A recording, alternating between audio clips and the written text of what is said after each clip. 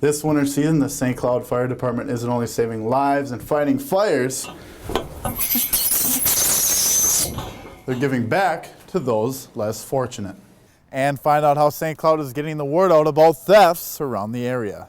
Even though there's still no snow on the ground, temperatures are making things possible for ski resorts to get things started. And find out how 2 high school hockey players are taking the Tech Apollo rivalry to the next level. UTVS News will be right back. To help with the problem, the government has came out with a new $100 bill, a blue streak going right through the middle, making it harder to counterfeit the money. And even though we've had some beautiful weather today, some people are battling the winter blues. Karsen Forsman is here with some tips to help keep your spirits up. That's right, Kirk. 14 million Americans suffer from a disorder during this time of the year.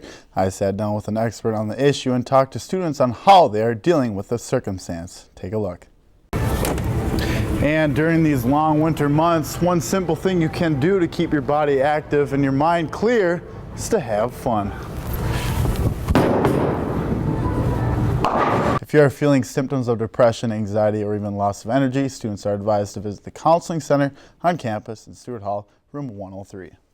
So Karsen, you mentioned having some fun and getting exercise. Are there any other methods for seasonal disorders or depression? Yeah, Jesse, there are a few other methods according to the Mayo Clinic. It is really important to eat healthy during the winter months.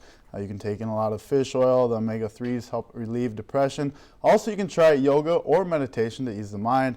But the easiest way is to get some sun, open those blinds up, and sit a little closer to a window at work or at home. Thank you so much, Karsen.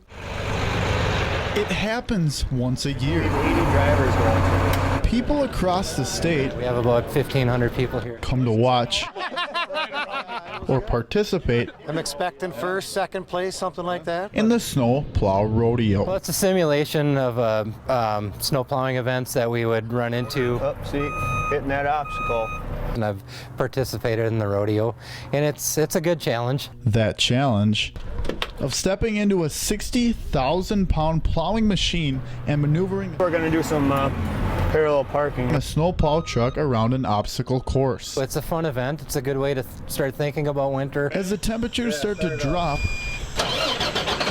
workers get the opportunity to test their skills out on the course. It can be a difficult task, We're knocking over every cone here. but the truck drivers do it for the challenge Look where the oil's coming out quick. and the community.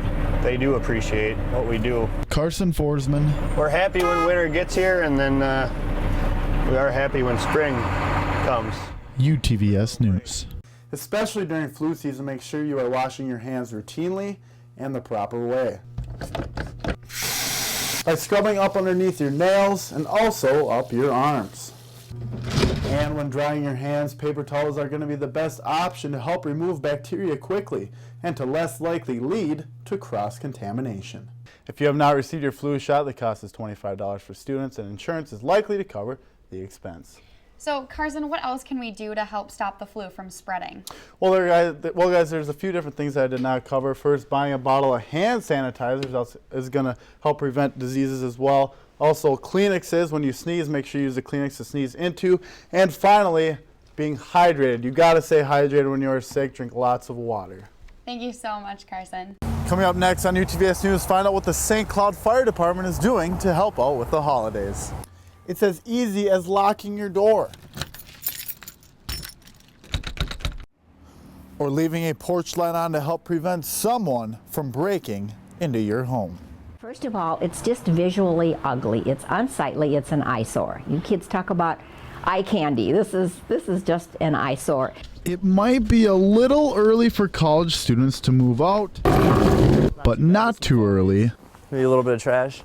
to start cleaning up. One of my buddies told me, they came up to my room and said they just came out with a new law saying you can't have couches on your porch. And as soon as I heard that, I was like, what? On Monday, the City Council passed a law that restricts residents of having indoor furniture outside of their home. When you have something that is unsightly and unsafe and a health risk, it oughtn't be allowed.